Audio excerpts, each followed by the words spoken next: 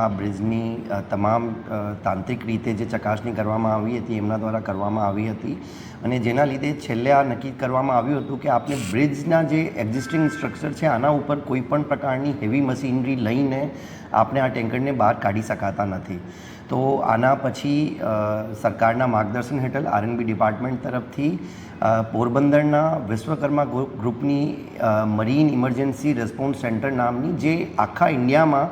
એકમાત્ર marine સેલ્વેજિંગની company છે અને one of the best in the world also.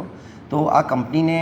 અને એ લોકોએ વોલન્ટરીલી આ કંપની ગુજરાતની હોવાથી ગુજરાતને લગતો પ્રશ્ન છે તો એટલા માટે આ કામ કરવાનું નક્કી કર્યું છે અને સરકારશ્રીના માર્ગદર્શન હેઠળ અને અત્યારે કંપનીના તમામ માણસો જે ટીમો છે એ તમામ સર્વે કરી લીધું છે. આગામી 4 થી 5 દિવસમાં અઠવાડિયું પણ લાગી શકે છે પણ ટેન્ટેટિવલી અમને જે એમના સાથે જે સંવાદ થયું છે એના આધારે અમને કહેવામાં આવ્યું છે કે 4 થી 5 દિવસ બ્રિજ ઉપર જે પહેલાં રિગિંગની એક્ટિવિટી કરવાની છે, રિગિંગ કર્યા પછી એ બલૂન